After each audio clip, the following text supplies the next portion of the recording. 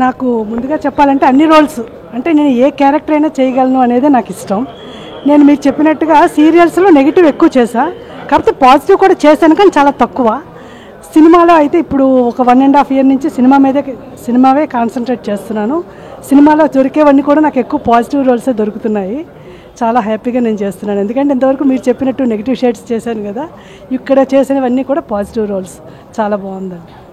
అంటే మిమ్మల్ని ఇలా చూడడం చాలా హ్యాపీగా ఉంది ఇంత టైం తర్వాత. అండ్ మీరు నెక్స్ట్ చేస్తే ఇంకా ఎలాంటి ప్రాజెక్ట్స్ చేయాలి అని మీరు అన్ని రకాల క్యారెక్టర్స్ చేయాలనేది నాకు, ఈవెన్ కామెడీ, నెక్స్ట్ మంచి పాజిటివ్ రోల్, నెగిటివ్ రోల్ అన్నీ అనమాట.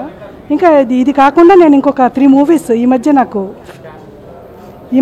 3 movies చేశాను, ఫినిష్ అయ్యాయి. అవన్నీ కూడా చాలా మంచి మంచి రోల్స్, ఒక్కొక్కటి ఒక్కొక్క డిఫరెంట్. ఇది ఏంటంటే పాజిటివ్తో పాటు చాలా డేరింగ్ అండ్ డాషింగ్గా ఉంటుంది ఈ క్యారెక్టర్, చాలా బాగుంటుందండి. టైటిల్ని బట్టి మీరు ఏం చెప్తారు టైటిల్ గురించి? మీరు నిజం చెప్పాలంటే టైటిల్ రోల్ చేసింది నేనే. మాది సిబిసిఐడి ఆఫీసర్గా చేశాను నేను. ఇందులో సిబిసిఐడి ఆఫీసర్ కాంచనగా చేశాను అనమాట.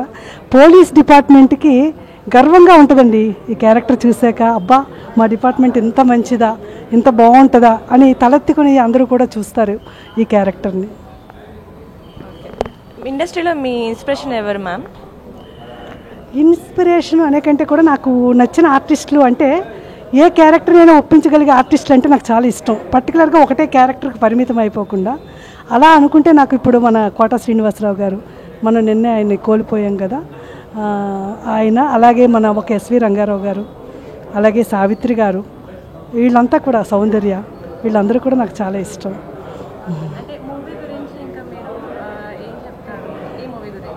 ఈ మూవీ గురించా చాలా బాగా వచ్చిందండి యాక్చువల్గా.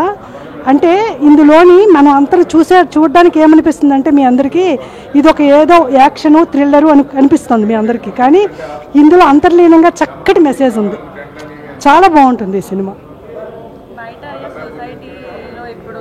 ఎస్ చెప్పకూడదు, అదొక్కటి చిన్న సస్పెన్స్.